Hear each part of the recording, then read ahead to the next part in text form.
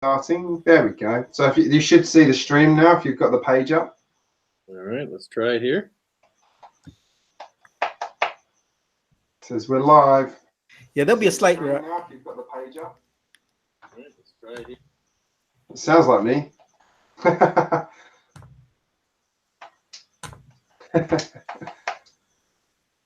Is this your first? You said you used to do live streams. Is this your first like Lego live stream, JC? Yes, my very first Lego live stream. And I haven't done any live streams. I don't plan to do any live streams until I hit 10,000 subs. It's in about 3 years or 4 years time. You mean about 3 weeks time at your pace?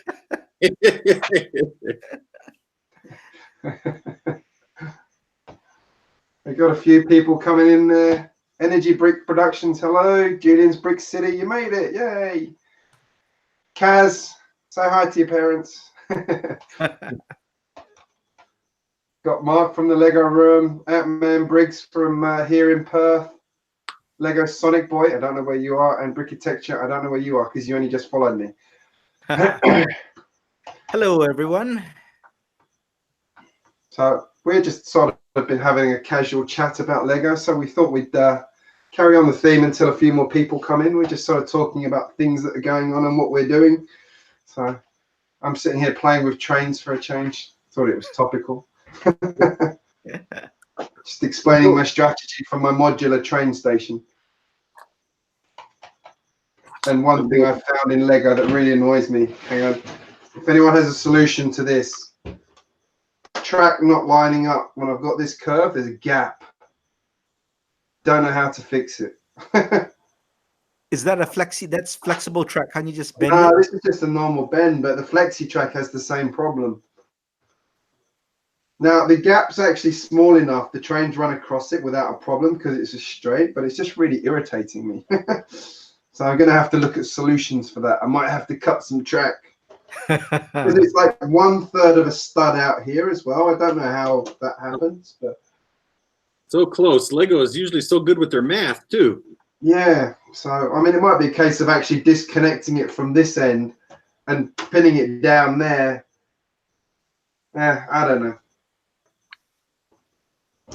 Get an idea of what I'm trying to do though. Has that come from the city, or is that something you're building and about to put into your city? It's, you know, where I had the train station flagged in that corner. Yeah. So I actually finally started work on it. So what I'm actually trying to do is like do modular 32 plates. So I do 4 of those for the train station, and then there'll be a building that clips on. I figured that way in my space I can get it out easily as well because it's in that corner. Are you doing a full train station, or is it just going to be like an open back deal? It'd be a full train station. I was thinking about the roof. I don't know. I might do a roof eventually, but at the moment it's just going to be 2 platforms and a building and a bridge over the top, and then as much detail as I can put on the platform. Okay. So I can build this out 1 more stud as well. So I've got a 7 wide gap there if I want it. And what's you have like an 8 wide green gap? Is that the green 7 space? wide. So this will be the other platform. Oh, that's another okay, got it. So what about your ticketing and stuff like that? Yeah, I wanted to do 2 platforms. So this one's like the Hogwarts Express platform. And I don't know if I'm going to keep that or not. I don't know. I'm going to do something with it, but I thought I'd use that for the backing. And then on this side, I'm probably going to go with something more like a sort of Australian style modern station platform. Because it actually is quite open that way and it's not sort of enclosing. And then if I might do an arch over the top or something, I saw quite a good one the other day that was quite easy to do. So, are you doing ticketing and whatever, conductor's booth or stuff like that? I will be. I've been collecting some ideas on that one actually. Because I don't know whether or not I'm going to go down the old school path. Because I used to have Hornsby model trains as a kid, so I always liked the detail that went into sort of the old English style stations. Mm-hmm. They've got such a character and like such a good opportunity to do like the old weighing scales and the benches and all of those kind of things. Oh, that's great. We've got quite a few people in the chat room. Yeah. It's quite a healthy crowd. something that you're new to, Greg, right? You don't see this crowd in your chat room. I'm usually happy with 6 or 7 highly engaged users. Yes, you're usually one of them, so you can talk. Actually, Kaz is as well, and Mark from the Lego room, who should have a video going up today, hopefully. No pressure, Mark, but I've just told everyone you've got a video going up today. Is it an update? He's doing his Hoth mock that he's working Okay, so it's on. Oh, great. I won't tell anyone which bit of it, but yeah, it's looking good. It's looking good. Well, it's good to see everybody here, that's for sure.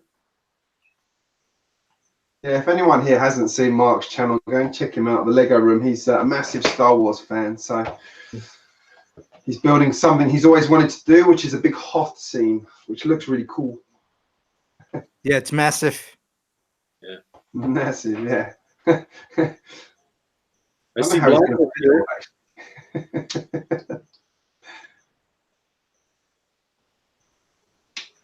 You've got... What are your plans, Dr. McBrick? Can I call you your real name in here, or Dr. Yeah, McBrick? sure. That's my name. Sure, my name's Mike. Excuse me. My plans for just in the future? Yeah, what's next in Figsdale? Yeah, what's next is going to continue building the roads in Figsdale. I'm just kind of keep working on Figsdale and trying to build it up and everything like that. I have a whole bunch of Ninjago stuff that I need to build, but as I was talking to you earlier, I'm going to have to wait probably until maybe late summer or fall just to get the tables and the space and everything. But there's so much to do in Figsdale, little details. One of the things, you know, that I want to do is to keep that engagement with the minifigs in the city. And in order to do that, I have to add more details to the city. Actually, that's one thing I love about your city, JC, is that you have so much going on and so many little details. So I gotta add more of that to Figsdale. Yeah, but you got a huge city. How many minifigs do you have? Do you think? Right now, according to Brick Set, I have 625. Okay, yeah. So it's a lot, but it's not enough for your city. Yeah. Because I think my city combined is 500. So you need probably at least 4,000. You need 2,000. Oh my gosh! Well, don't tell my wife that, but yeah, I'll go out and get some. Everyone's got about 50. Yeah, half of my city vehicles are actually under my table at the moment because I don't actually have any space to put them in the city. After I change the layout. Well, one thing I thought about vehicles, if you do have a Lego city and you do want to have vehicles but you don't have space, build a multi-story parking structure. Yeah. And that way you can, you know, have a logical space to put all the vehicles to kind of show them off.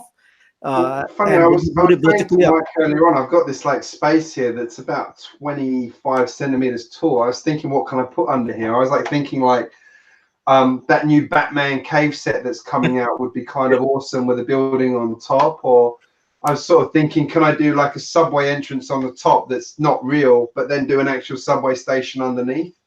For example, cool. Things like that.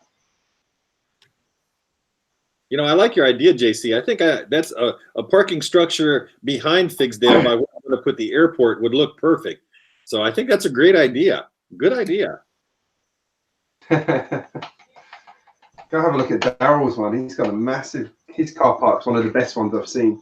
Yeah. Where's my settings gone? A bit dark again. There we go. All right, camera settings. Got anyone else coming in here? Lots. Oh, moderators. I've got Brixtonville, Blockhead UK. Cowie. Did I miss anybody who's come in? Brick25, hello. Omar Builds Bricks, hello. Max Clark. Lovely spring day there in the UK. That's good to hear. Actually, we had a late heat wave here today. It was very hot. Given we're going into autumn at the moment, the weather's like hot and cold, which is why I've got a cold. It's 43 degrees here. Fahrenheit, what's that in centigrade? about 2. Yeah, it's cold in centigrade is what it is. It's cold either way. We all go by degrees Celsius here. I think we have more non-US people in the chat, I believe. Yep. Well, because of the time as well, because it's so early for you guys. For the East Coast, it's super early. It's probably 6 a.m. No, it's 9 o'clock. 9, oh no, 10. It's 6 p.m. Oh, 6 p.m. So everyone's awake. Yeah, just getting up. Except for everyone in Australia. That's right. Actually, no, half of Australia is awake. Well, Perth. That's about the 20th of Australia. Relatively small city. LEGO Maniac, hello. Yeah, it's funny weather here at the moment. We're actually going to go and have a picnic tomorrow. Oh, nice. Sort of an Easter picnic. Nice. Okay, I think people are probably wanting us to start the real LEGO chat. We've got quite a few people in, so we should thank everyone actually for dropping by this first BrickTubers Network live stream. Yeah, it's great to see everybody. Yeah, thank you guys for joining us. This will be the first of many of these streams on various topics. Now, I didn't put down the topics up front in the thumb.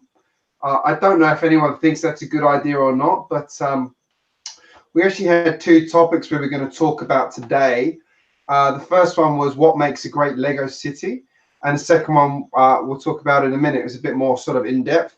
So yeah, I just wanted to start that one off. We actually did sort of start talking about that just now. Now, clearly, minifigures is a big thing, but what else actually makes a really good LEGO city? Because there's some massive ones out there that, being slightly blunt, feel a bit soulless because they're just so big. Mm-hmm. So, what do you guys reckon actually goes into making a good city? Well, I'll go first then. I mean, if anyone follows my channel, they know that I'll always for variety and density, regardless of the size of the city, whether you have a small city or a huge city. What makes a city good is variety and density within any one space. So it's true what Greg said. I've seen massive cities as well, like the whole basement or whatever, and it's soulless, or they're like, it's literally 4 base plates of nothing. Whereas I think, and I'm not talking about work in progress, I'm talking about something that's being built. So something like Mike's city, as you can see, he's really, you've built it very fast, one thing for that size, which is great. But what I liked is as you built it, you built not just the structures, which is what I consider the hardware of the city. You also built the software, the stories, the minifigs, the scenes, and just trying to make logical sense. So variety and density to me, probably the most important for any LEGO city of any size. Mm-hmm. Yeah, thank you very much, JC. One of the things that I feel strongly in is the whole idea of stories. And that's one of the things that when at least when I started to build a city, I thought, it would be great to have a narrative. So the idea, and I know you've talked about this as well on your channel and things, where to have a story of how your city begins, who these minifigs are, what types of things do they do, where they work, that sort of thing. And that story kind of guides the builds that I put in the city. It guides the way I configure the city with the different buildings and different things like that, items and objects and stuff like that. And so that narrative kind of runs through the whole thing. So I'm a big one for come up with the story, because we all like to imagine. I mean, if we're if we're working with Legos in whatever medium, if we're playing with Legos, whatever, it's because we're very imaginative and creative. So why not take that and make a story about what's going on? So that's kind of my feeling. Mike, I have to pull you up on something. You said Legos. Oh yeah, I'm sorry. It's Lego. I know. I try to be very good at that, but I mess up sometimes. So. That's right. For those who don't know, the polarity of Lego is Lego. There is no S, and that's official. I know. I'm sorry. You guys are going to put one of those big circles with the line through it if I keep doing that. I'm sorry. We need like a swear jar. Yeah. Bam, a buzzer. Every time someone makes a Lego mistake, put a brick in. Yeah. That's a good idea, actually. We should think about that for the next one. Yeah. Whoever has the most bricks by the end of it. That'd be fun. That'd be fun. So I agree. Stories, I mean, are the heart of everything. I mean, whether you think about any kind of entertainment medium, whether it's storybooks, whether it's movies, films. It's always a narrative. And to build on that, I think any Lego city, for it to be good, there must be logic within the universe that you create. So there are rules. People often would say, it's my Lego city. I can do whatever you want, and that's true. But you would do it within the universe that you create. So you could create a universe where your Lego city is invested with dinosaurs, Marvel superheroes, and DC superheroes. And that's perfectly fine because that's the universe you create. But it has to be logical within that universe, I feel, to make sense. And that is, of course, only if you're building the city for others to see as well. If you're building it only for yourself, then do whatever you want. But if you're building it to share on social media with your family, your friends, on YouTube, then you probably want to have some kind of logic and a narrative that other people can relate to, at least follow, and they can appreciate what you're doing with your Lego city. Yeah, I think that's a really good answer, JC. It's very deep, as Cowie said, or sorry, as Mark said. But you're absolutely right. Like, I mean, from my point of view, I've sort of taken a bit of a lead from your channel in particular about how I've approached things in mine and trying to make each area like a little bit of a story. So like the residential area, the cargo depot / work area for the trains, like my city area, as I call it, my Ninjago district, and now the theme park in the corner. So, and trying to focus on telling the stories in those, but then not being afraid to cross over between each section as well. So I have a bit of like the Ninjago. I'm a Ninjago Dragons in the middle of my city at the moment. I think it's a lot of fun. Well, actually, one city I saw that's big, which fits with what you said as well, is Lego Leprechaun. His city's really good, and he usually has like a DC area, a Marvel area, all that kind of stuff, and a massive Ninjago district. So, by the way, anyone watching the stream, we're going to have like a question and answer session in a couple of minutes around this sort of topic. So, if you've got any questions, save them for them, please. Should have said that up front. First time running this way.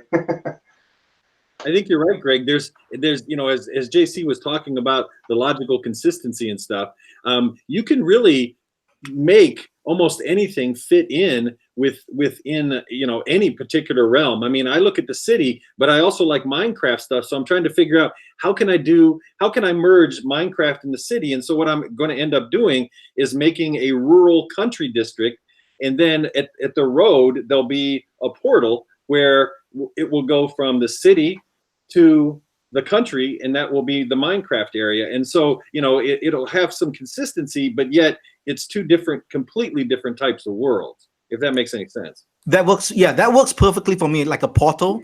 Or if you have a multi-level city, you could have a little hole that drops down into another world. And actually also takes the cue from the Lego movie, the first Lego movie, because they had many different worlds which they would break into. So I would like, I love that idea of the portal, because I could relate, or I think anyone can relate to it, seeing, oh, that's a special, so we're going into another zone. And that creates that logical consistency, as you said. Totally agree with you. I'm actually big on that. I look at Minecraft and go, what can I do with that? At the moment, I can't do anything. But I don't get the Minecraft thing, honestly. You don't get Unikitty either, though, JC. Yes, I do. What's wrong with you, man? I was just saying to Mike just now, we got the, I was in the shop the other day with my wife, and she said I had to get this. Like,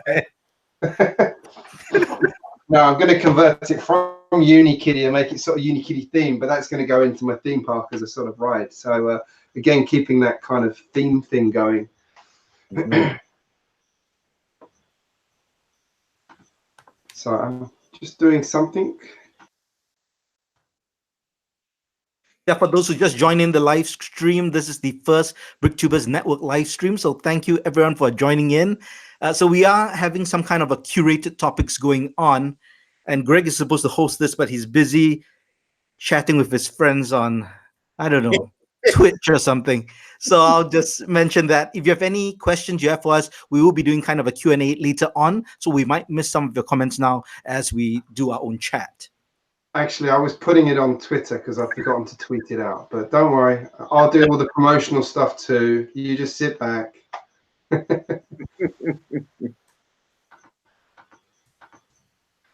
All right.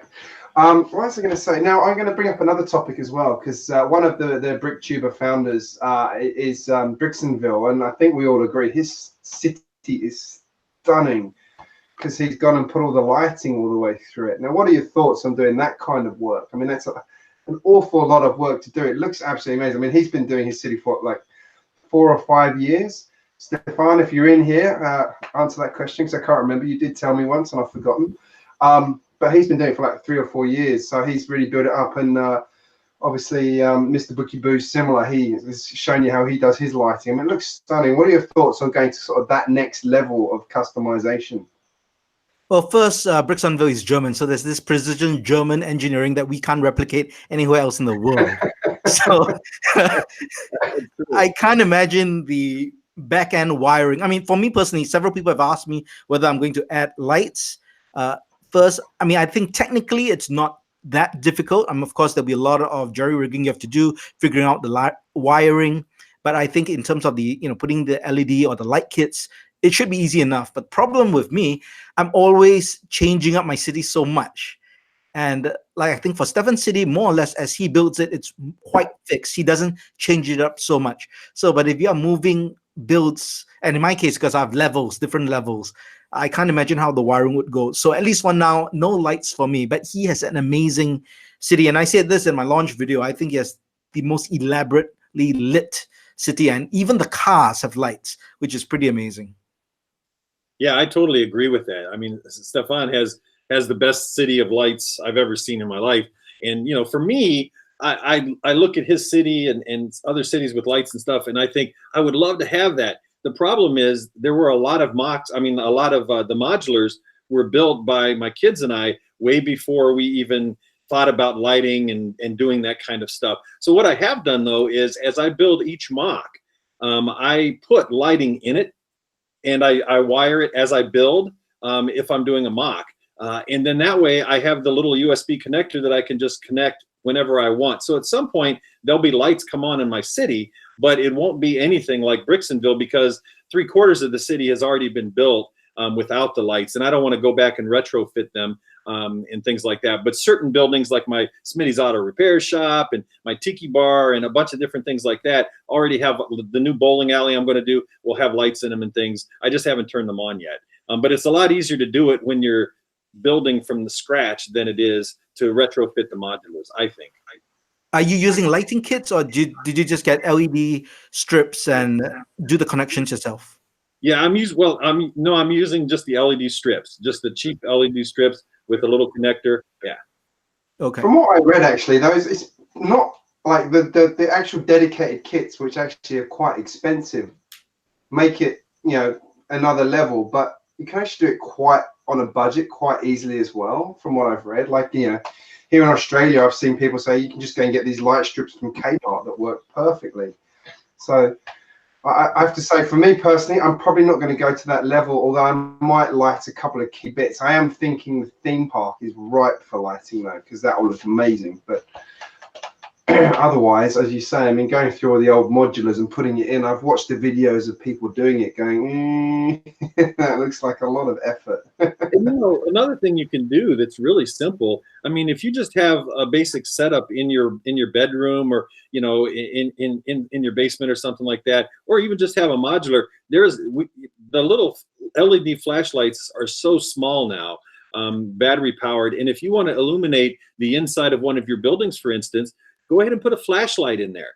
And then you can take pictures of it, or you can play with it as it's illuminated and things like that. So you don't need to go through a whole bunch of different things if you want to light particular buildings or a setup and things. Just get some cheap flashlights at a discount store and use those. That's a simple way to do it if you're on a tight budget, or if you're a kid playing with Lego, that sort of thing. That's a good tip, and it's probably like a nice way to sort of get started to see if you actually want to carry on doing it. Yeah, I like that idea. That's good. Mark says he's going to light Hoth. That'll be interesting. It'll melt the ice. I'm still waiting for him to put the yellow snow in, I suggested, but what did I have something else I was going to ask? What was it? What about movement and things like that? No, I'm going to ask about movement because JC, you don't really have anything. I don't think you've got anything moving in your city, do you? Yeah, so that's, I think, one of the limitations of my city, because the way I've designed it, there are cross sections of cities because I don't have that much area space. I work with smaller footprints, so I can't even do like a whole circle of a track. It's always a cross section. So yeah, that's one of the limitations. I haven't looked into other move. In fact, I haven't really looked into the technique stuff and just the power function stuff to have movement within builds or even just have things turning around. So that'll probably be the next level up. But I think it just takes so much time just, going with the basic design. I guess I'm still very much into the foundation of stuff. And then it's easier to fancy it up once I've got a very, very strong foundation, I guess. Yeah, that makes sense. I mean, for me, I've got my trains moving. I'm going to definitely animate the theme park because I think that's it. I'm going to see if I can do that with one motor rather than two. I'm trying to figure out if I can do the Unikitty set as well. I do want a roller coaster, but I haven't got room for one. Might have to put another level in just so I can have a roller coaster. Yeah. Movement is one of those things that a lot of times in a lot of Lego cities looks very unnatural.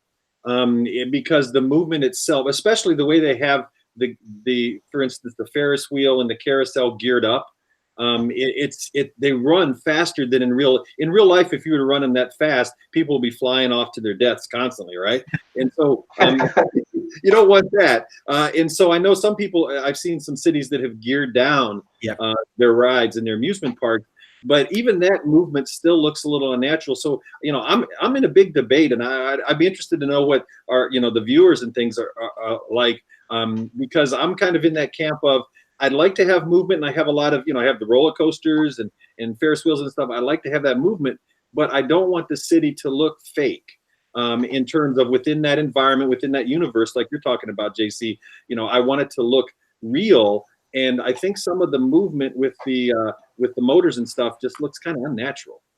Actually, that's very true. I saw Brixie had put motors into his theme park today, and I honestly was expecting the Ferris wheel carts to be like out at 90 degrees because it was going so fast. But yeah, some gearing, but in theory, the gearing would actually ease up on the motor as well and make it actually possibly look a bit smoother as well because it's geared down. I think that's part of it because the motors they're not massively torquey. Yeah. That being said, I'd like to know if the new one, because someone did a test on this one, sort of by digressing slightly, the new Bluetooth motors versus the old IR motors. The new Bluetooth ones are actually a lot more torquey than the old ones. So I'm actually wondering if the new Bluetooth motors that were in like the Batmobile radio controlled car actually is slightly better than the older ones. I don't know, but good point. Definitely one to look into. And whether there's any, dare I say it, third-party stuff that's better. Never looked into that actually. Yeah. So I think we can wrap up the whole Lego City discussion. Since you talk about third party, are you for it?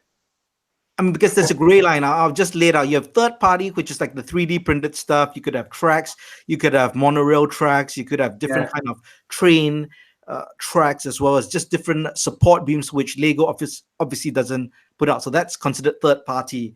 Then you have the China brands.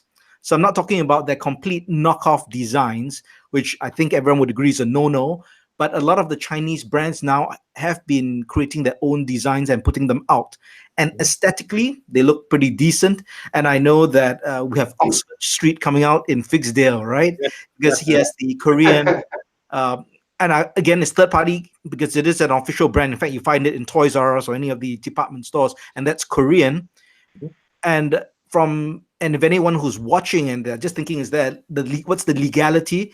Well, the patent for the actual brick system, the brick and tube system, is basically it's open. So anyone can replicate the brick and tube system and the parts. What they can't replicate is the Lego logo on the studs, obviously, and they can't replicate any of the advertising with the Lego image. That's why you often see some of the knockoff brands when they do take the complete the assembly square and they put it on, they would erase out minifigs and the Lego logo, because minifigs are also a trademarked in 2D representation. So that's the legal side, and that's why they can get away with knocking off complete sets like the assembly square or corner garage or anything that's come out like the roller coaster. There's nothing Lego can do. You might have heard of a court case in China where they've actually won on copyright infringement, but that has nothing got to do with those designs. That's got to do with the licensed brands like Star Wars, Harry Potter. So they won against those licensed themes, but nothing has legally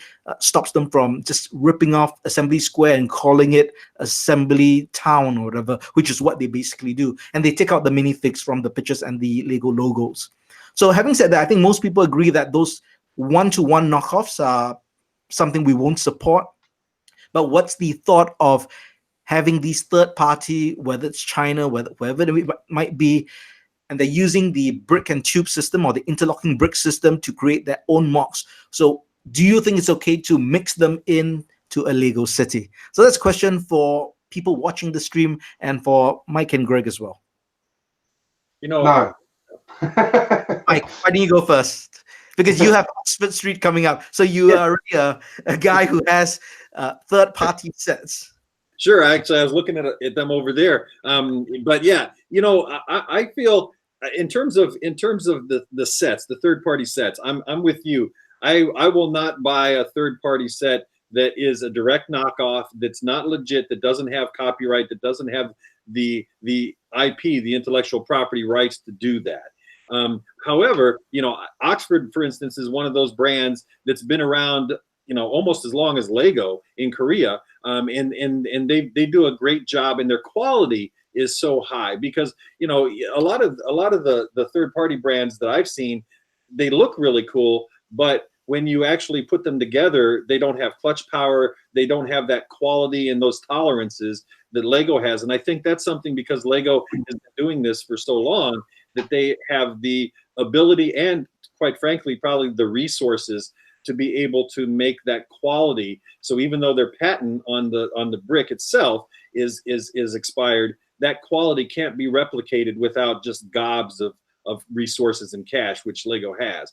And so I think that for me, if it's quality, Oxford to me is quality. I will use some of those sets, but I kind of set them aside on a separate street because I want that to just be a definite border or defined border, and to say the rest of it's Lego. Now on that though, the other thing that I think about is how much money I spend in base plates. And there's a big part of me that thinks, you know, base plates are covered up, especially with modulars and a lot of things. And I have a lot of base plates that you never see the base plate. And so to me, even though all of my base plates at the moment are Lego, I still am debating, should I just buy knockoff base plates and use those because they're going to be covered up anyway, if they have decent clutch power. But you won't see anything else in the city that's not Lego unless it's on Oxford Street, and then that's a separate area. I'll jump in that's good call. Oh, go on, JC, go on. Sorry. Yeah, I'll jump in on the base plate. So I have experimented with a couple of third-party base plates, and the problem is consistency. As you said, clutch power, and for those people who are watching, if you don't know, clutch power is basically the stickiness that you get when bricks or plates attached to the studs of a corresponding brick or plate. And Lego has obviously good clutch power. That's because of the tolerance of the bricks. They just make it so precise that you just have enough friction that it sticks well. And for a lot of the knockoffs, they don't have this clutch power. They don't have such a good tolerance because of the exacting dimensions. There's no quality control, or the ABS plastic or the material that they actually use to produce the bricks are completely different. There might be a bit of flex. So even if you have 0.1 mm flex for a Lego brick, that could mean everything.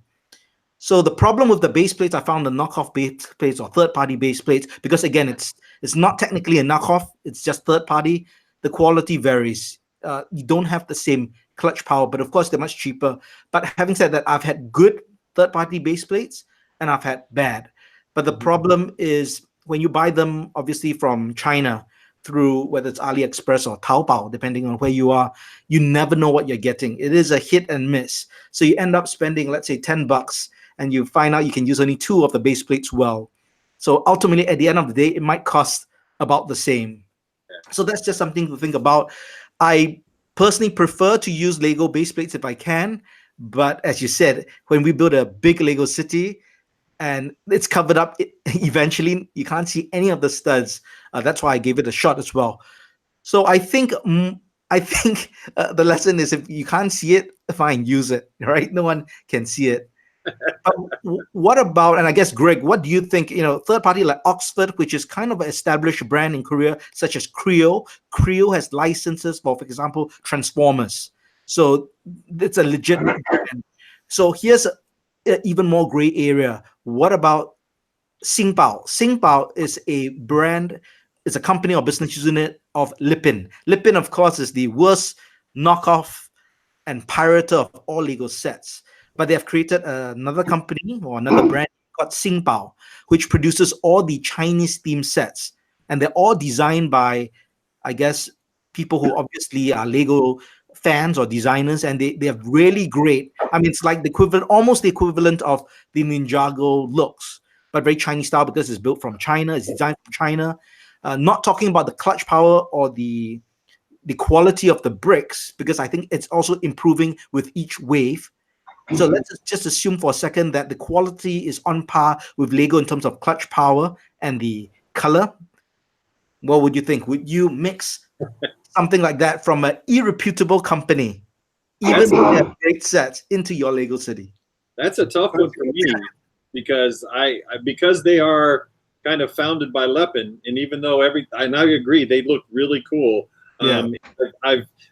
I've struggled in my mind, and I've almost hit that buy button several times, but I'm like, I just can't do it because Lepin was so wrong in what they did to LEGO, and so that's my idea. But I agree too. My biggest problem with Lepin and things, because in Europe there was another toy called Tente years ago, which was very similar to LEGO. It wasn't the same. It didn't have quite the same clickiness, but it was its own toy. It wasn't quite Lego bricks. It was still bricks that interlocked, but they made their own things. They used to make these awesome boats and things like that. I've actually got some of that still in my parents' house in the UK. My biggest problem is when they just hands down rip off stuff. I hate it because they've made, and when anybody says, oh, why is it a problem? It's so much cheaper. It's like, but the thing you haven't taken into account is the amount of research and effort that went into designing that is massive. It's not a case of just, putting a few bricks together and putting it out the door. It actually takes a long time to design something like the Millennium Falcon or Assembly Square. I mean, it's probably in terms of man hours, probably 2 to 3 years worth of man hours to design Assembly Square. And they've just hands down ripped it off. That's what really bothers me. In terms of the colors and things like that, I mean, I said this to someone the other day, with LEGO, to me, you really get what you pay for, which is quality and consistency. And that's what really matters to me, is the quality. And I can usually find stuff on sale, as you know. So I think I get my base plates at like $8. They're meant to be like $16. I get them basically half price usually. So I just buy the normal ones. But it's finding the sales and things like that. And when they go on sale, just go and buy a load of them. Yeah. Well, I've got a solution then. And I've heard other people say it as well. Basically, get the instructions for Xingbao, whatever set that you like, and then bricklink the Lego parts and build it in Lego. Yeah, Would you do that? I love that. So I think that's probably the way to go. That's a good imagine. Is there such a thing as Lepin link? let me register it right now. But there are some really interesting, some of those companies have some really cool techniques that for some reason LEGO hasn't picked up on or doesn't use. And so, yeah, I agree with you, JC. If you see something you like in a technique or a build or something, go ahead and bricklink it. And then you're legit and you have that great technique. And you're ripping them off. Yeah, there we go. As long as you don't sell it for profit, you're doing all right. Okay, then I'll just add on to the manual. Yeah, no, love it. Great idea. I'll just add on to that then. What do you think about then the so-called illegal techniques? Now, for those who are watching, if you don't know, there are illegal building techniques. And what this means is they aren't officially approved techniques from LEGO because certain parts aren't supposed to go that way because of stress. Things can either fall apart or pieces can break just due to the way they're not supposed to be placed together in certain ways. So LEGO calls these non-approved techniques, or it's known as illegal techniques. However, some technically do work. And let me give you an example. Like if you want to do a sign, you could take a modified towel with a clip, and you could take a towel and squeeze it inside, and it holds it up like a sign. So that is effective in what it's supposed to be, but it's an illegal technique. So what do you think? Do you think that has a place in a LEGO City, or this whole things about legal and illegal techniques is basically just own personal self-limitations? Like you said earlier on, it's your city, do what you want. Yep, I totally agree. So you're okay to glue stuff together that couldn't... No glue. But you see, that's why I'm saying that's a self-limiting, it's arbitrary lines that you've set for yourself. But that's a good point, JC, because I think you're right. And I know you've talked a lot about this on your channel and in your videos, is you need to set those boundaries and you need to set those rules. I think one of my updates, whether it was like 3 or 4, I kind of set some rules and said, here's what I will do. For instance, behind me, not move certain buildings because I want that consistency. So those buildings will always stay there. In terms of the legal techniques and stuff, it's like no glue. We're not going to use glue. But you know what? Like you say, if it holds together and it works and it looks okay, and as long as the structure is sound, what does it matter? I mean, it's your city, you're building it, so do what you want to do. Technically, LEGO does use glue for the exhibits for the LEGO stores and LEGOland. Yeah. So LEGO technically uses glue. Have you ever tried to make something that big? They tend to start falling apart quite quickly. And kids will be breaking them apart. I'm just looking at the chat. Lego Maniac, you said that the new modified clip is legal. Which is the new one? The one with the rounded clip or the one which is the straighter clip? And Lego Sonic Boy has said that the tip and clip technique is legal. So, but Lego Maniac did mention that if you use the new style clip, it is not illegal. And he says it's in the micro scale Diagon Alley. So that's interesting to know. So we'll see what he replies in terms of which clip he's referring to, the one with the rounded clip or the straighter clip. And who comes up with this illegal or legal list anyway? I like to know. We need to actually invite an official Lego designer to be part of the BrickTubers Network. There we go. The Lego police. But no, seriously, if we ever can get an official Lego designer or someone who actually has worked in Lego as part of the network, that would be incredible, I think. Yeah. And he will straighten us out and probably say, no Oxford Street, you gotta take that down. Yeah. Strict policy. I might end up having to be a former Lego designer. Yeah. So Lego Sonic Boy, he said, sorry, Lego Sonic Boy, he said, yeah, and so did Lego Maniac. They both said it's the modified towel with the rounded edges. So I'm not sure if you guys are familiar with it. So there are 2 types of modified towels with clips. One has a very distinct rounded clip, and one has a much more straight, wider base clip. And well, I can tell you about the rounded clips. They are very fragile. They break. I've had at least 4 or 5 break on me. But I guess we now know that that is legal. Yay, actually, we learned. I've got the first order stream. I've got the TIE Fighter from The Force Awakens, and they attached it with some really fragile clips. And like, as soon as I took it apart because I was moving, I think I broke half the clips that are in it. It's really poor decision. And in the newest one, they use a really heavy duty clip, and it's much better. Kind of want to upgrade it. All right, should we take some questions from people? See if anyone's got any questions they want to ask. I know there's people have been sort of chipping in as we go along. So, does anyone have any questions they want to ask us before we move on to the next question, the next topic rather? Well, I'll answer one question that Ant-Man Bricks gave to me really early on, and I said I'll just mention it. It's not related to the stream, but he was asking about my building a mock from start to finish, because I've got a series where I build different mocks and I do it in real time. And he's asked, do I actually plan everything out and get all the pieces? I generally do plan what I'm doing, but I don't get the exact pieces. I get what I think I'll need, and then I just build and I go with the flow. So when you actually see me backtrack and do changes, it's all in real time. So I don't build the whole thing, find out exactly how it's done, break it down, and then film the video. So hope that actually, in truth, Annie builds it and you just do the narration, doesn't it? yes. She just has very man hands, okay? There's a question on here about how much time per week do we spend doing Lego? Too much. Not enough. Well, I know I spend, and actually Adrian is on. I see him on the chat, so he's on here, so he knows that I'm not lying. I do spend a lot of time down here, yeah, I think it's dependent on people's schedules during the week, but I spend a lot of time. Probably, I'd say maybe, I don't know, 14, 15 hours a week.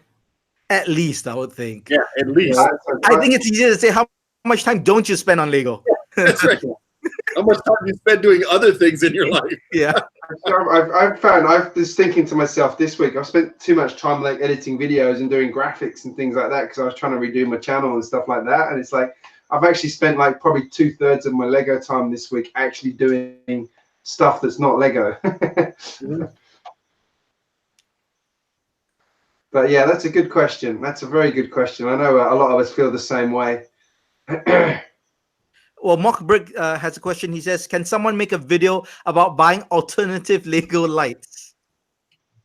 That would be a great video for Bricksonville in the network to do. Yeah. Yeah. We'll talk to him and we'll hopefully do something like that next time.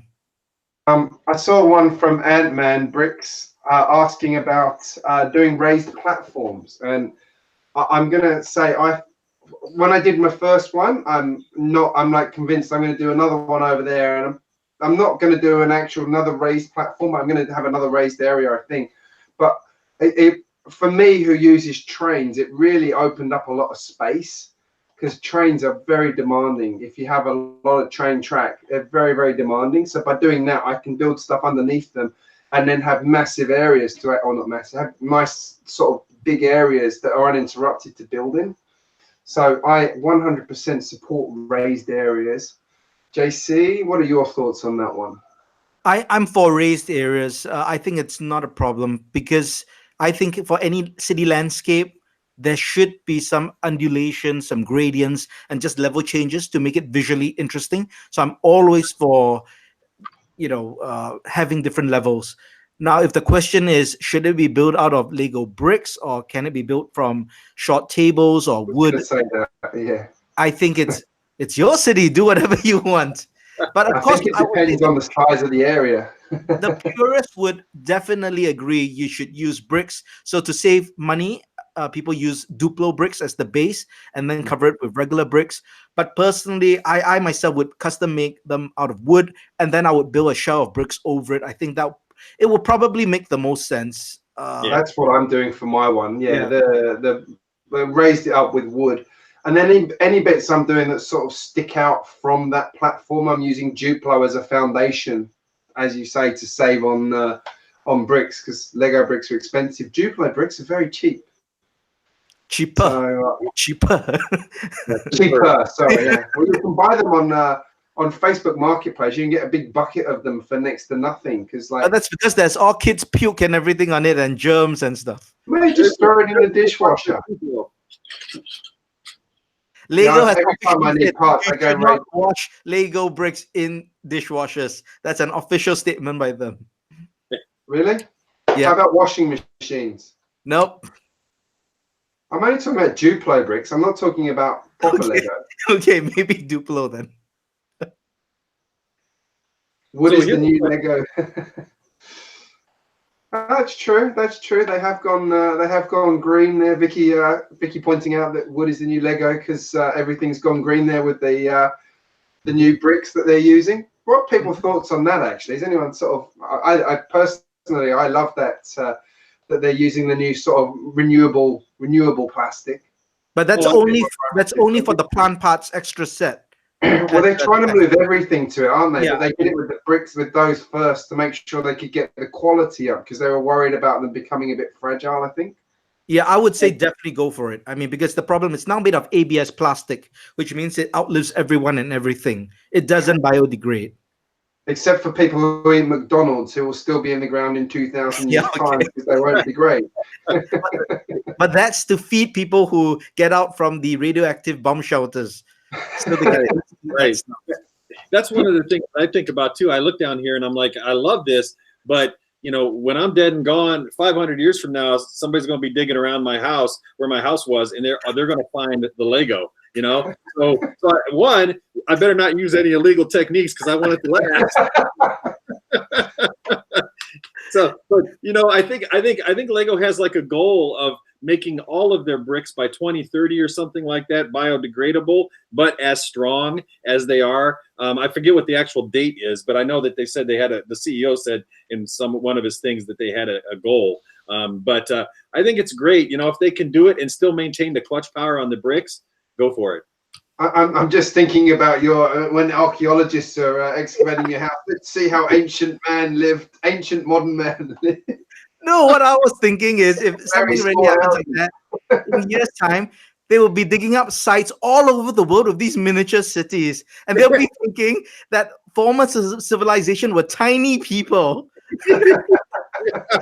We can't find any human bones, but we see artifacts from Asia to Europe to America. Practically every city, every continent has these miniature cities for some reason. That's right. There must be some religious significance to these little cities.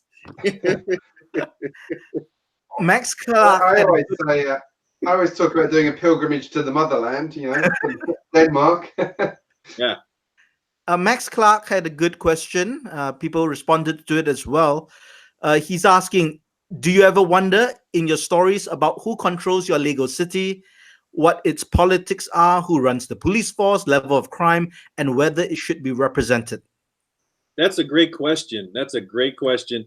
To me, I am happy to keep anything like that, politics, who runs what does thing, I keep that out of my Lego city. Now, because there's so much going on in the world, I would just rather keep my Lego city nice and happy and friendly. But with that said, I do think there is narrative to say, like, for instance, Dr. McBrick is the mayor, or so-and-so runs the fire department, that sort of thing. But in terms of getting into the real details, that's just not a level personally. And there's nothing wrong with it if you like to do it. But personally, I don't do that because I like to keep things nice and simple. And I also feel that having humor in the city and that Lego kind of corny joke type humor is to me what I enjoy, and I don't enjoy getting into a lot of the drama and that kind of stuff in my city. The police do seem to get called to a lot of instances things in your city, though. What's that? The police do tend to get called to a lot of incidents in your city. You know, you're right, Greg. I thought about that. I was going to place some more police officers out, but then I thought, wait a minute. From what Greg was saying, it seems like there's a huge, massive police force in my city. So I need to scale that back. I guess I need to get rid of some of that. Yeah, I'm all for not having politics. One thing I actually will say is, I don't know if any of you have watched them, but the Lego sort of city cartoons that Lego do are really sort of quite charming. Like they have a real humor to them. I haven't played any of the Lego City games. I do want to, but the actual cartoons just have a real sort of charm to them that fits perfectly with what you're saying about there isn't mayors. Everyone's sort of on an even keel, although you do have some bad guys, but everyone else is just like going about their business, living life in this awesome, colorful city. I haven't watched that. Yeah, Mike?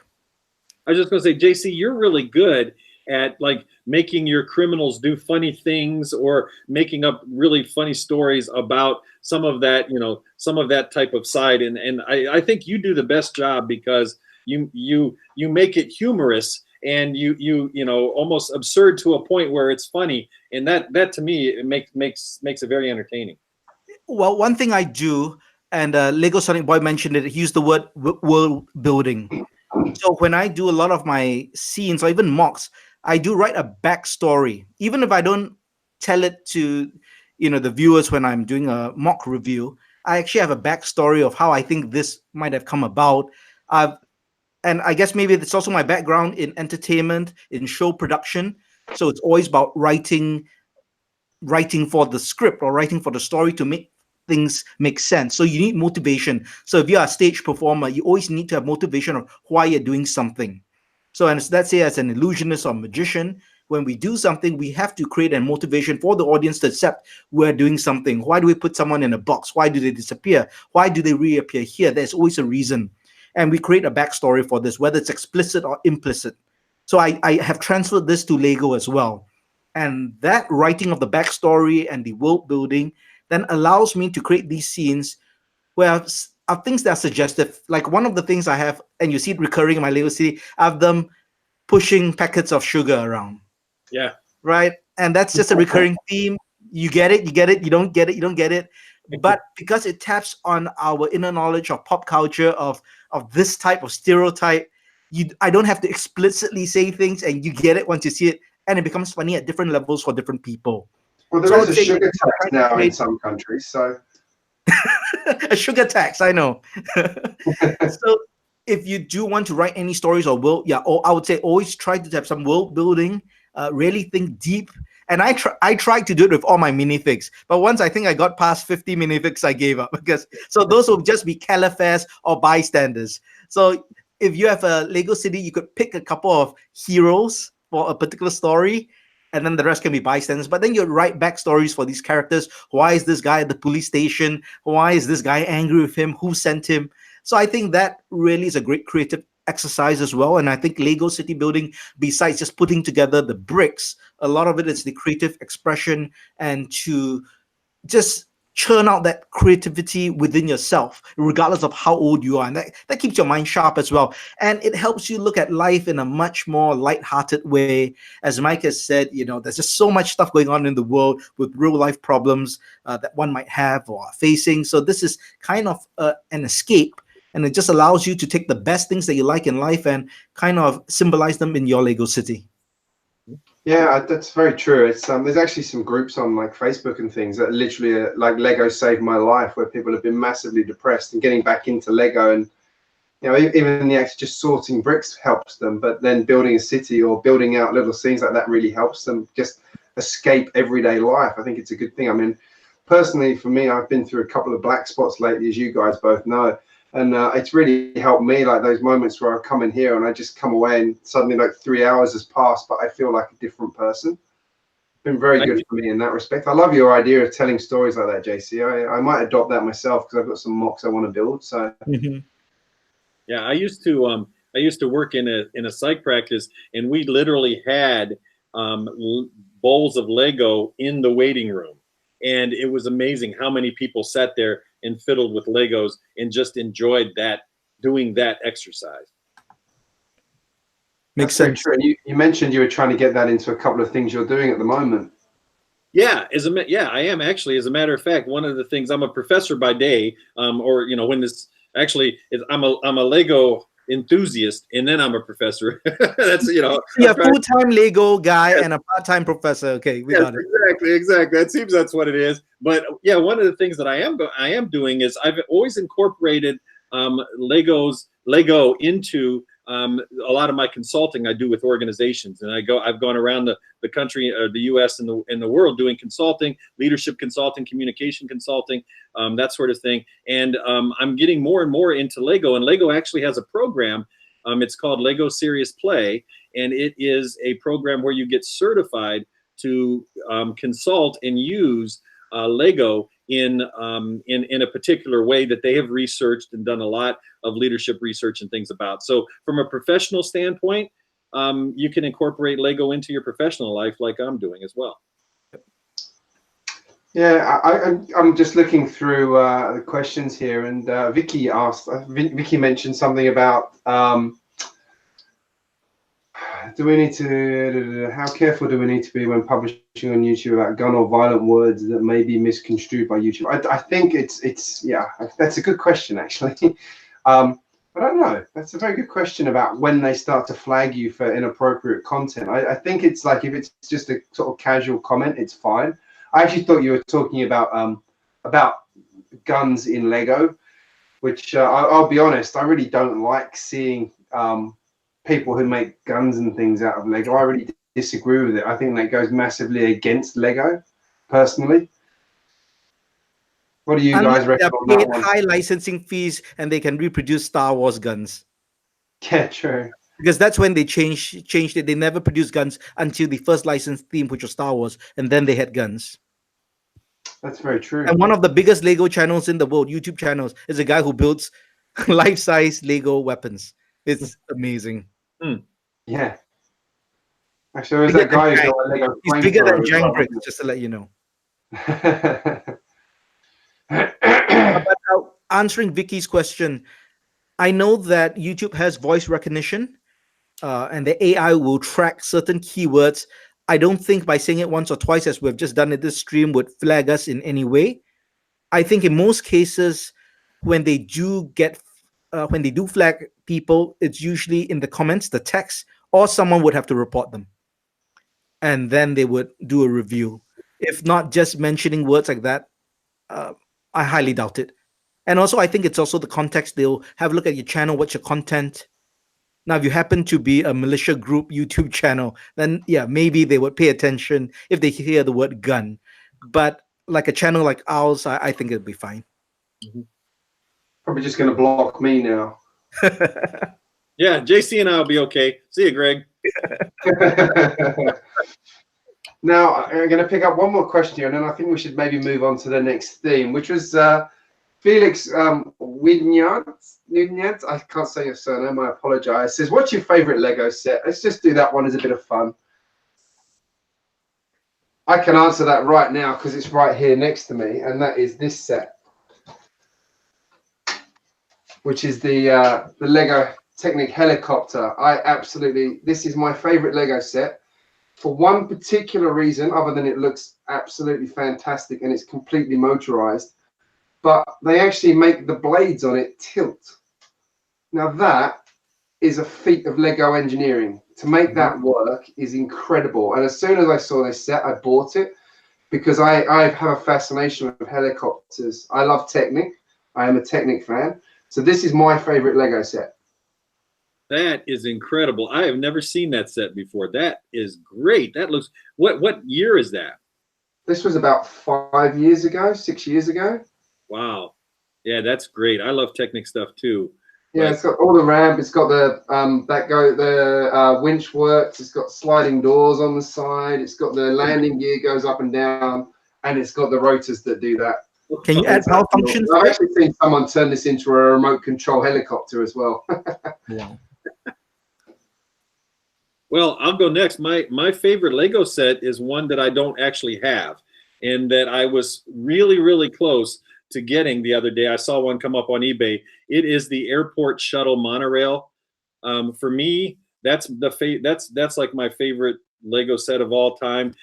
But every time I go to buy it, I look at it's so expensive now to buy, especially in good condition, that I just can't justify it. But because I think, well, I could buy some new sets or a bunch of bricks from Bricklink for that price. But that's my favorite set that I don't own. The favorite set that I do own from Lego would have to be honest with you, I would say it would be the castle set. The castle set that I have, and I don't know if I can. I probably can't because I'm using my computer here, but I don't know if I can get it over there. But you can kind of see well, you can't really see it.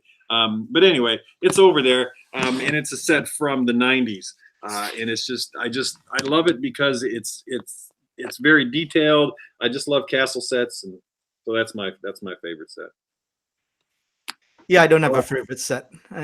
I never can answer any sort of favorite question when people ask me, do you have a favorite this or that? Especially in terms of Lego, I like the city, and the city works because it works with all the components that go together to make it the city. So I can't just pinpoint. Jerry Seinfeld was asked what was his favorite joke, as a comedian. And what his answer resonated with me because as a performer as well, people would often ask me, what's the favorite act that you perform and stuff like that, or what did you design? And he says, like, for comedians, especially working ones, it's like asking someone, which is your favorite breath of air? And it's basically the last one I took that got me to the next one so that I live. So there's no favorite because everyone is necessary, and if I take out anyone, I'll die. So Yeah.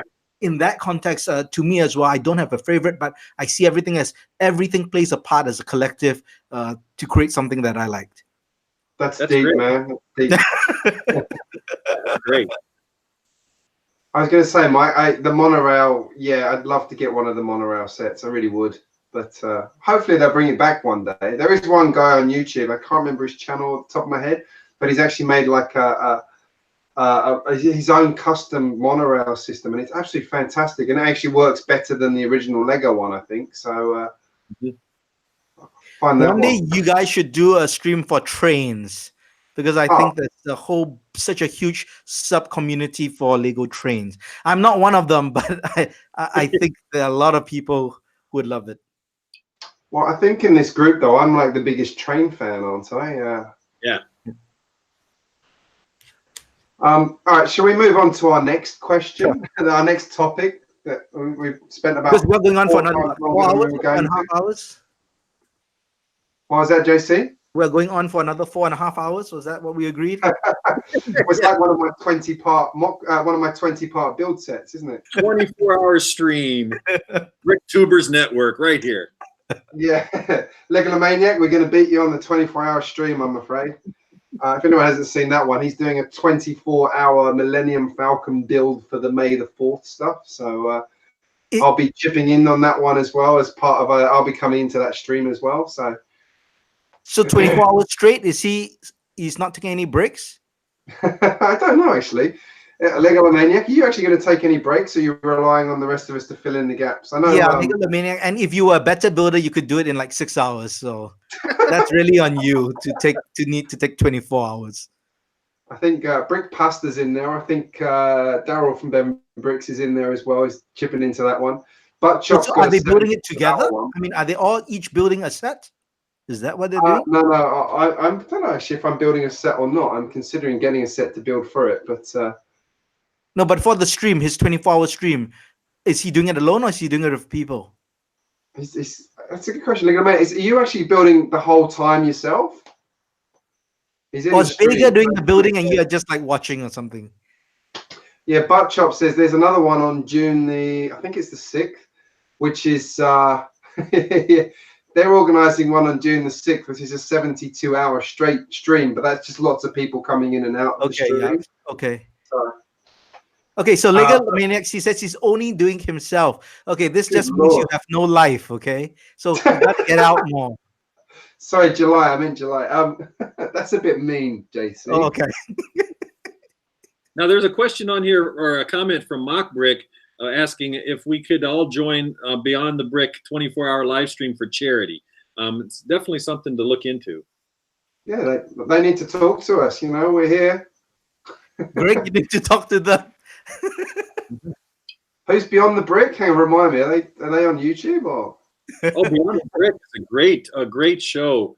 Yeah. Sorry. Sorry. English sarcasm. Sorry. I gotta take some water. Okay, let's move on to the second topic, Greg. And Butt Chop's got a question. I thought you wanted to move on. Hang on, I just want to see what his question is because it'll be deep coming from him. Okay. What is sarcasm? There you go. See, it's one of the lowest forms of wit that the English are very good at. Actually, Australians are good at it too, which is probably why I get on well here. All right, now the second topic that I had suggested for this stream was we've sort of talked a bit about some of this, but is Lego in danger of moving too far away from kids with their current AFOL sort of adult push, and especially the exclusives, which we did talk about a bit earlier on with the price of things like Apocalypseburg, the Disney Castle, Ninjago City. Like they're not something that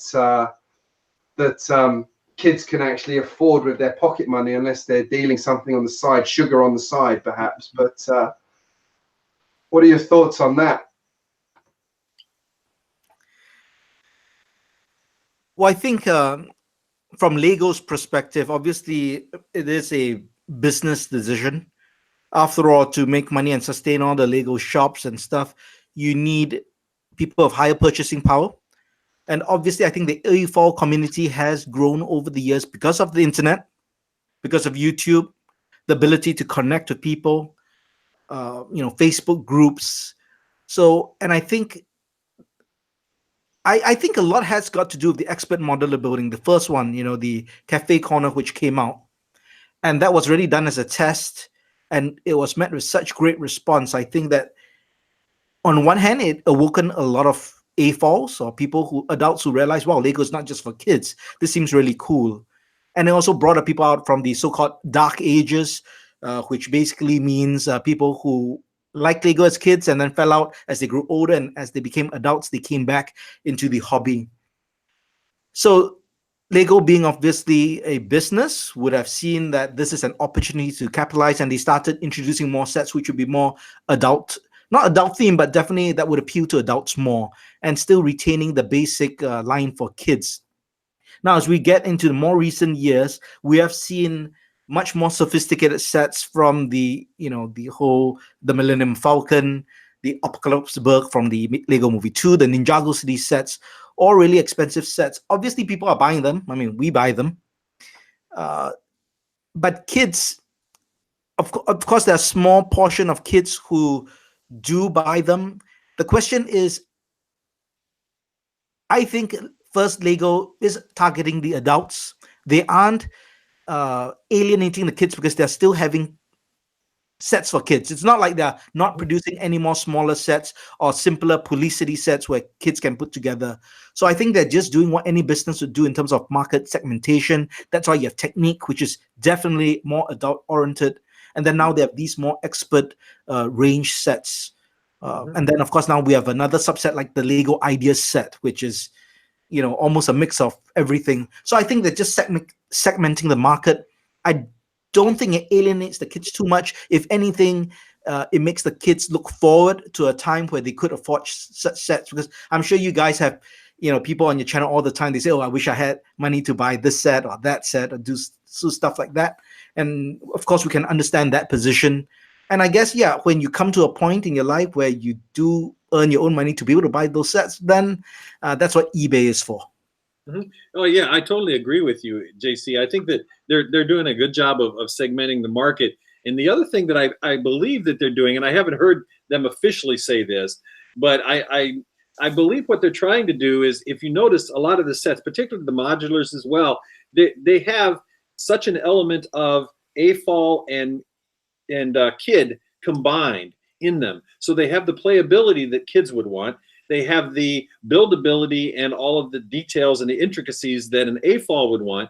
And the hope is that, for instance, I'll get Piper and Adrian to be involved and to work with my Lego, and we'll all play together. Therefore, just like you say, JC, when Piper and Adrian become adults, they become AFOLs, they get into the hobby, that sort of thing, they get into buying it. And so that pipeline continues, because obviously Lego knows, we're all going to knock off at some point as AFOLs, right? And so you need a continual pipeline, and they've been really good at doing that over the past 80 or so years. And so it just seems like most of the sets that they're building now are sets to bring the family in, and then combine that with all of the electronic stuff that they're doing in partnership with TT Games and all these other things like that, where they're, and they're supposed to come out with, I think there's a new a mobile app that they're coming out with in the summer that combines that's an AR app that's bringing in segments that basically they're trying to appeal to as many people as possible, which obviously as a business you want to do. But I think that lately they've been doing more a better job, at least in my estimation, of making sets, not the big Millennial Falcon and the Apocalypse Berg and those types of things, but making the kind of the low to mid-range sets, the 3-in-1s, for instance, is appealing to both adults and children alike, so that both adults and children can play together, can build together, and can continue that pipeline of customers basically for their business. Do you think it's also a case where kids now are much smarter than kids 20 years, 30, 40 years ago? So they need to have more sophisticated sets to engage them because they have also much more distractions with computer games and such. Whereas 50 years ago, a simple Lego set would already entertain them. Whereas now kids would not, after a certain age, if you give them a simple Lego set, this is like, something they won't be interested in. So there's almost a need simply because society has also progressed and the kids are more sophisticated at a younger age. And therefore, if they didn't have these cool new parts molded and themed sets or licensed sets or sets of a more story like the Ninjago sets, kids would then be less likely to even see Lego as a hobby beyond, let's say, 5 years old.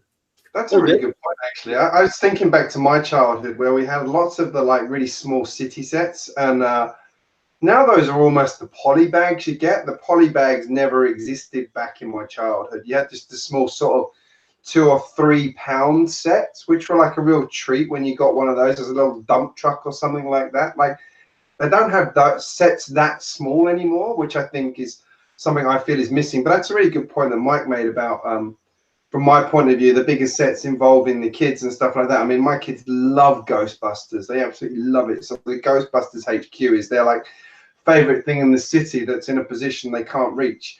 That's a bit mean on my part, but it looks good where it is.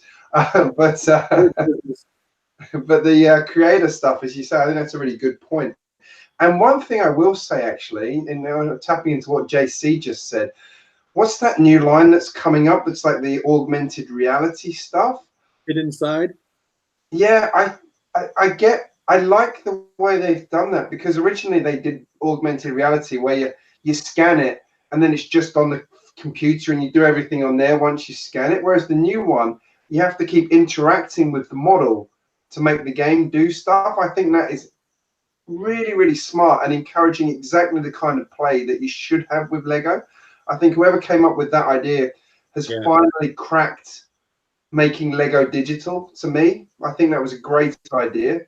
And if you notice too, when you look at those models, particularly like the school, those models are very intricate and appeal, at least to me, as an AFOL, and it would definitely appeal to the kids from what you're talking about, Greg. And so it really hits that sweet spot.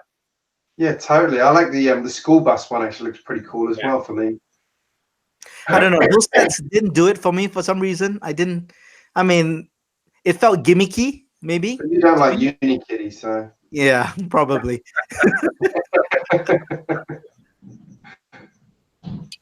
Just watch the cartoon, JC. You'll love it. But yeah, I mean, things like the Millennium Falcon, and that's maybe yeah, I get the point. I mean, that's I actually seen quite a lot of kids get that set, which is quite impressive. Well, their parents are getting the set, but the kids are. Yeah. Very true. Very true. Right. So yeah, the topic, Greg. What about your input on just generally? Do you think that they're moving away from kids too much? Is there danger of them losing kids? Yeah, I mean, just from your experience with your kids.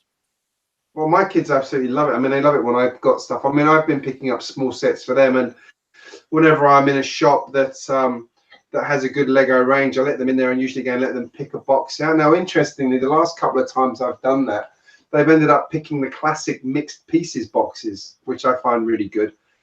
I find that really, they looked at the boxes and there's there's 3 or 4 different sort of mid-sized ones, and one has octopuses on, one has vehicles, one has mechanical stuff, and they very deliberately picked out what one of those boxes they wanted. And so I thought that was really good as well. And that actually is very classic Lego to me. So hence Lego Classic, but that actually is a good thing for me. So I feel in that respect they've nailed the classic line too.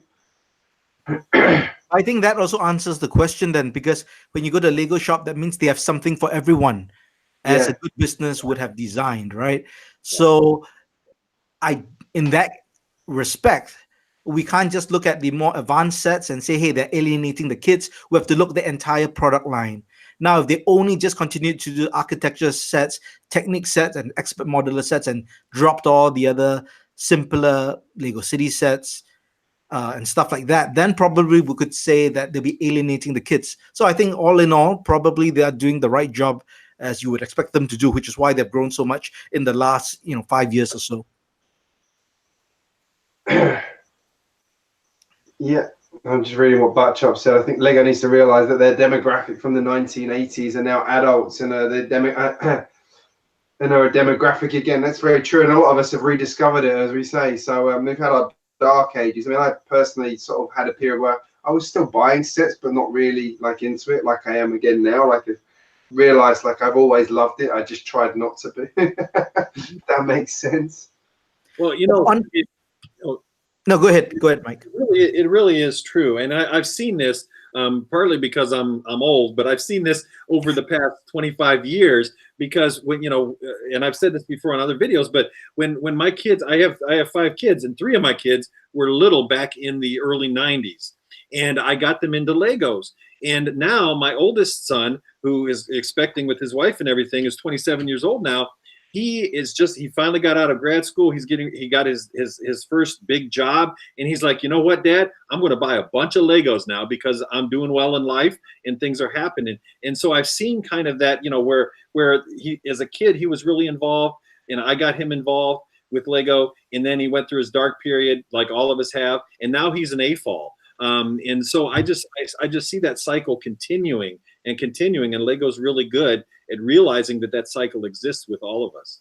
Do you know something I did recently? I sort of met up with a lot of my old school friends back in the UK, and I said, oh, yeah, I've just actually started a Lego YouTube channel, and I was actually half expecting them to sort of ridicule me a bit for it, to be perfectly honest, but I just wanted to sort of be comfortable with it and say it. And they were all actually really, really interested in it because they all have kids. They're all like into how good the sets were. That really actually amazed me. Like one of my friend's kids had just saved up enough to buy the police station, for example, because he loves it. So yeah, it was really, really good to sort of know how Lego appeals to such a broad audience of people.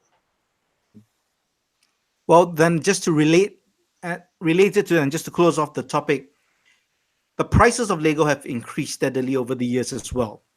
So is this alienating people in general, adults included? Because we were talking about the prices earlier as well, and they're only going up. And I've heard someone's mentioned on the stream, he expects them to crack the $1,000 set in the very near future. Well, there's a reason that Lego only has $100 bills in the set. So. Yeah, there we go. There's a whole stack of them. So do you think that there is that danger? Because there's some countries, especially countries whose exchange rate may not be as strong, and a set would really be a simple set. That's a very good point. I mean, over here in Australia, we get some really, like, some of the sets come out really, really, like, you take the US price of, like, say $50, and here it's $100. But if you put the exchange rate through, it should be 70. There's no reason for that other, like, bit for some reason. So I don't know where it's coming from. Especially if they've got warehouses and things here now as well.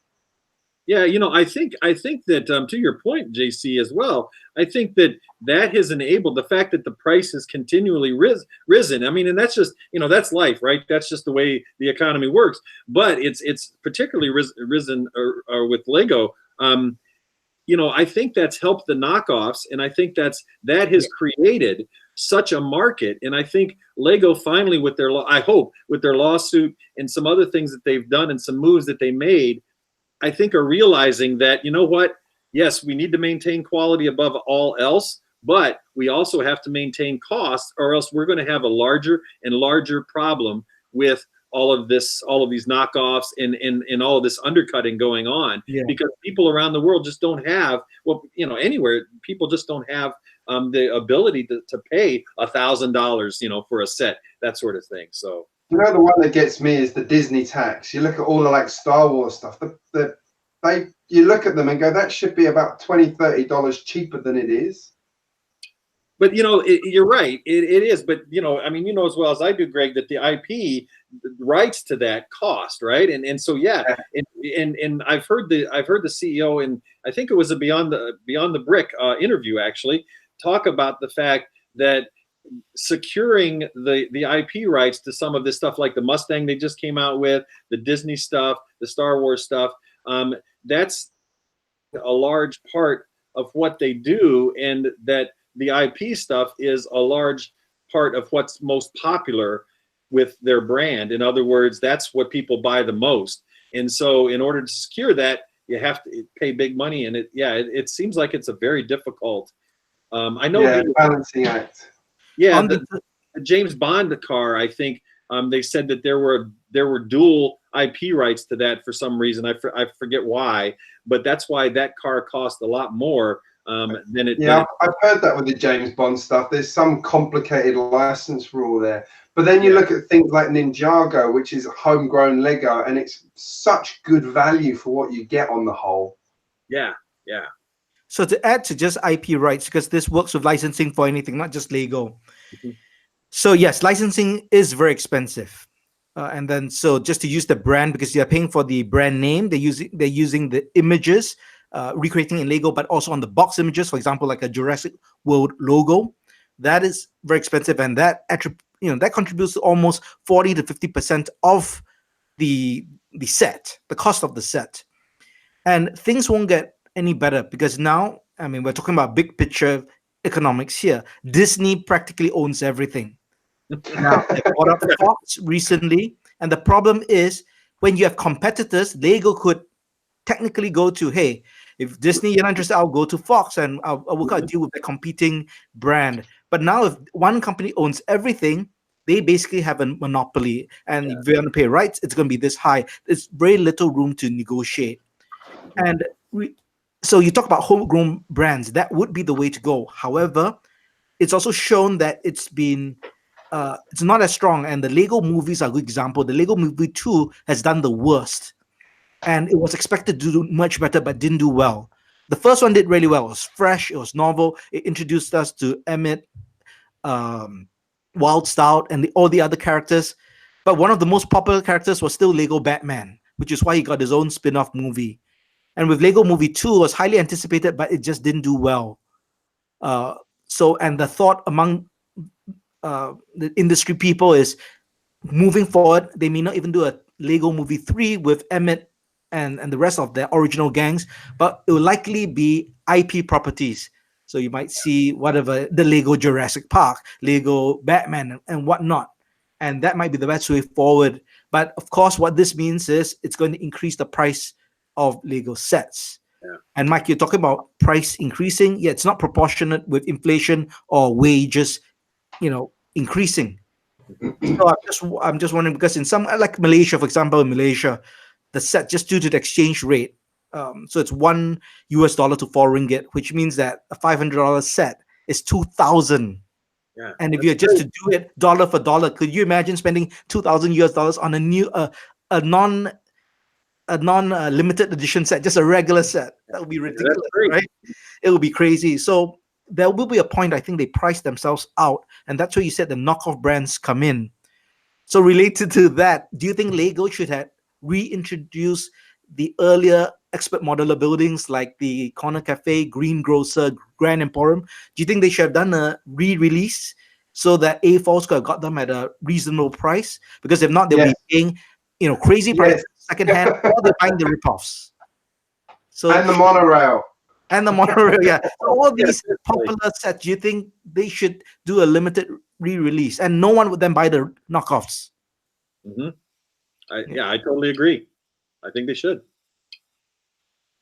Sorry, talking about licensing, I was just looking at this set, and Flintstones is Hanna-Barbera, who I think Warner Brothers own now, but there's no Hanna-Barbera branding on it. The only mention is one bit of copyright on the bottom, and that's it, which surprises me, because Hanna-Barbera is some of my fondest memories of their cartoons growing up. It was like the Flintstones, the Jetsons, and loads of other cartoons. So there's one licensing that doesn't seem to have been affected by it. I guess it does depend who owns the rights and stuff like that, because the rights game, it can be very convoluted. For example, rights can extend to merchandise, but not digital merchandise such as computer games. It can be on 2D print medium, but not online. There could be just so many different permutations. So, and that's probably where the fees comes in, because they have to bring lawyers to come in to negotiate the rights, and they charge by per hour, and that could be another, $100,000 on lawyers just to negotiate the right deal. Yeah, agree. I would like to see some of the old stuff come back. Yeah. Yeah, the old stuff, I think, there are so many great sets that have over the years, and all you have to do is go to Beyond the Brick or another, and I keep feeling like I'm plugging, but and watch their vault series where they go into vaults, and I know several very good YouTubers have channels where they go into vault or videos where they've gone into vaults, and you look at all of those sets, and you think if they brought even a third of those sets back, maybe even retooled them for the modern age type of thing, with some new parts and new techniques or something like that. I mean, they could live off of that and not have to worry about the IP. But again, that would be probably marketing toward AFOLs and maybe not folks who are much younger nowadays. So I think the IP, like you say, JC, really is what the non-AFOL crowd is predominantly interested in. I don't know, just a hunch. Yep. Mm-hmm. Should we answer last few questions and we can wrap up the chat? Yeah. Yep, that sounds a good idea. All right. Does anyone have any questions they want to ask? Or are there any in the stream that we've missed? Doesn't necessarily have to be about that topic, but preferably that topic. I've seen a few people ask if they could send email to various members. Yeah, I think most of our email is in our about sections of our videos and of our YouTube channel. Send us mail if you have something that you need to contact us for. At least for me, I can speak for myself. Yeah, we're all in there. How long have we all been collecting? I got back into about a year ago, but technically 40 years or 38 years. 48 years for me. I'm a baby, so I'd say 2 years. Yeah. Lol. When will the next stream be? That's what Brick Life Crisis asks. When will the next stream be? I think we're targeting to do once a month in terms of the BrickTubers Network. For those who just joined, if you didn't know, this is actually the first BrickTubers Network stream, and that is a team of AFOLs or YouTubers who have got together to create this network. And each live stream will be hosted by different people. Hopefully, you won't see Greg host one for a while. But the next one will be hosted. I ask some good questions. Will be hosted by someone, and because it's an international group, so we're all in different time zones. So it will be time zone friendly to you if someone in that particular time zone will be hosting the live stream. So I would say just make sure you subscribe to all the channels under the network, and then you'd hear announcements or videos where we'll talk about the next live stream, and we might probably give an idea of what topics we're going to talk about. And after this live stream, we'll see how we can improve it and make it more interesting as well. Yeah, to McBrick's question as well there. I mean, I don't mind doing some sort of intermittent builds with you guys as well, because I do enjoy just building and chatting, which I quite often do. So I'm all up for that if anybody wants to do that anytime. And likewise, anybody in the stream, if they want to do a live build with me anytime, just let me know. Yeah, this is actually only my third live stream, and I really enjoy it. So yeah, I'm happy to do more. Sure. I actually really love when I've sort of been doing a stream, and like Kaz recently, she put up one of her MOCs, and she said, "Oh, this was just something I was building while I was watching Greg do his stream." I really love hearing stories like that. What else do we think? What about cutting base plates? Oh, that's... I mean, you're talking to the guy who actually cuts train junctions, so... Yeah, I have no problem cutting base plates. I'm scared to cut base plates. Just use a metal ruler and a sharp knife, Mike. It'll be fine. I know, and I mean, I do woodworking, all kinds of crafts, all kinds of stuff like that. But for some reason, those base plates, I look at them and I see so much cash that I just can't seem to bring it to myself to cut. That's true. I've actually been quite pleased with the price I've got my base plates at the last few times, to be honest. I got them at I think the last time I got the big ones, I got them at 60% off. I'm never cutting the big ones though, because they're so expensive. The small ones I will. Yeah. But But yeah, I haven't done it yet, but probably will have to at some point, or buy knockoff ones without the clutch power. No, I'm not going to do that. Vicky does it all the time, apparently. Oh, you have to do a video on how you cut your base plates, Vicky. Maybe don't do Lego Rain with base plates, though. That could get messy. Lego Rain with base plate shavings.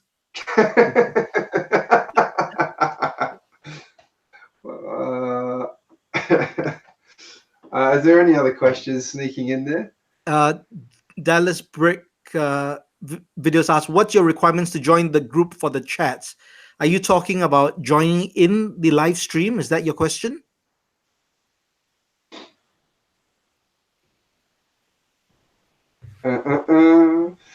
Yeah, Dallas Brick videos, I'd buy all the re-releases if they did release them. Go on again, you cut the 48 by 48 ones. How did that feel? That would have been nerve-wracking. Well, to answer Dallas Bricks to what I said, well, currently only the members of the network are doing the joint live streams.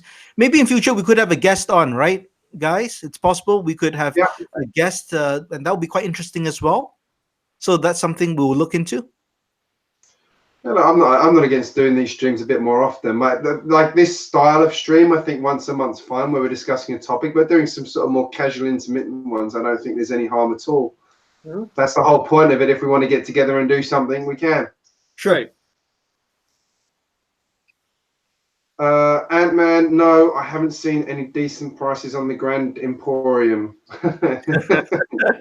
Definitely have. I've actually got someone who lives in Europe who picked up a run at an absolutely awesome price recently, and I've said, if you see it again, buy it and I'll pay you back for it. So how much was it when you say decent? I think it was I think it worked out at like 180 Australian dollars, which is actually less than when it was out originally. Yeah, that's cheap. Good. It's probably Lippin then. Yeah. I did see someone today who, like, their friend had just got back into Lego. I felt really bad for them because they wanted to buy the Joker Manor and they'd seen an ad come up which had the Lego box and stuff on it. It said Lego everywhere. They clicked through to the link and it wasn't Lego at all. It was something else, but they hadn't read the fine print properly and hadn't realized that Le Pan was a thing. So they ended up buying this set for like $100 cheaper than the actual thing. It did say Le Pan everywhere on the actual page, but they clicked on this ad that said Lego, and everyone's like, well, technically that's lying, so you should get your money back on it. But that's another gray area. Yeah. There was a case quite recently. I can't remember which set it was now, but it was official Lego box. And this is in Hong Kong, a shop in Hong Kong. So people were buying the set as a Lego box, but when they opened it up, it's Lippin parts. Oh. So, I've seen that, yeah. I've heard of that, and people. What set was that? Do you remember? It's very recent. I think it was a Star Wars set, actually. A Star Wars set, yeah. And that is, that sucks. And that's what people have been doing on eBay as well. Apparently, is selling like it's genuine Lego box with Le Pan inside it, and it's like, oh. It's Lippin, by the way. It's not Le Pan. Sorry.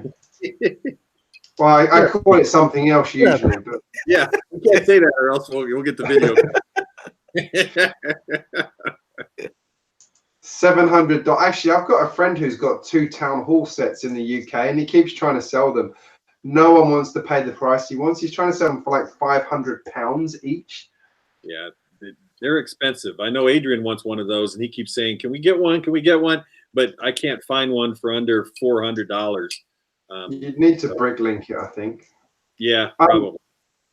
I don't know if any of you watch Dr. Jake's very English reviews. Yep.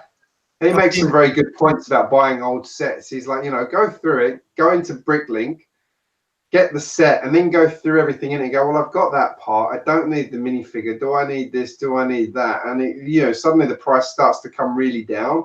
And then look at the expensive parts in it and go, would I mind swapping that out for something else to save? He makes some very good points. If anyone's never seen Dr. Jake's very English reviews, I recommend his stuff about using BrickLink especially. Some very valid points, because I really want to get an Emerald Knight, but there's no way on earth. It's actually going to be cheaper for me to build my own MOC than buy the Emerald Knight. It's ridiculously expensive train. Yeah, he's got a distinctive style that you either like very British. Not like well, not even entirely. But look at Kaz. He's nothing like Kaz. So it's not really. It's a certain sort of British. Kaz is actually from down the road from where I grew up, so we're practically neighbours in that respect. Oh, okay, great. Yeah. But you know, Greg, that's a good point about getting sets sometimes that don't have certain things in them. You mentioned Joker's Manor. I was able to get that set very cheaply because the person who had it wanted the minifigures. Evidently, the minifigures from that set are really cool, but evidently they're skyrocket in terms of price per minifig. And so he bought the set, took all the minifigures out, and he didn't want the rest of it, and he was just going to part it out. And I got it real cheap because of that. And I've got several buys like that because there are certain things that people want in a set, and then if you catch them soon enough, and through the various social media channels and things like that, you can get them. You can buy the rest of the set from them if you don't care about the box or the minifigs or certain things like that, and get them a lot. That's very true. My Marvel Bridges I used. I've got the second one. I've got all the 6 figures from that in bags, and I think I worked out that it cost me like $100 to buy the second bridge, and then I'm going to get like $40 or $50 back on the minifigures. Right. Exactly. Yeah, I got one of my castle sets, which I used more for my underwater display. So that's the Monster Fighters castle, and it was sold without the minifigs, and I got it below the retail price, original retail price. So yeah, that's a good way to look for them without the minifigs. That's definitely a good. Hey, we've gone slightly off topic, but I think this is actually a really interesting topic for a lot of people who don't even think about this. It's definitely a good way to save a penny or two. Yeah, and I see now that 2 of our people in the chat are my children, so they're on their iPad. Piper and Luna, and who's Piper's thing, and then Adrian. So yeah. Oh, they're supporting their dad, so that's good. That's right. Yeah, I appreciate that. I don't know how many people are in the stream at the moment, but apparently we had 39 people in at one time just now, so that was good. Awesome. It's a good start for our inaugural stream, I think. Trying to catch the time zones as well. I know the Australian time. I do it at this time to catch as many time zones as I can realistically. Are there any other questions anyone wants to ask? Adrian, do you want to ask your dad anything? Yeah, come downstairs if you. Actually, Adrian. Well, that's pretty good. It's certainly great to have all of these folks who got onto the stream today, and it's just so nice, all the support that we've been getting on the BrickTubers Network since our launch videos went out yesterday and everything like that. So I think I could speak for everybody else and say thank you very much for your support, and we look forward to the future as a network.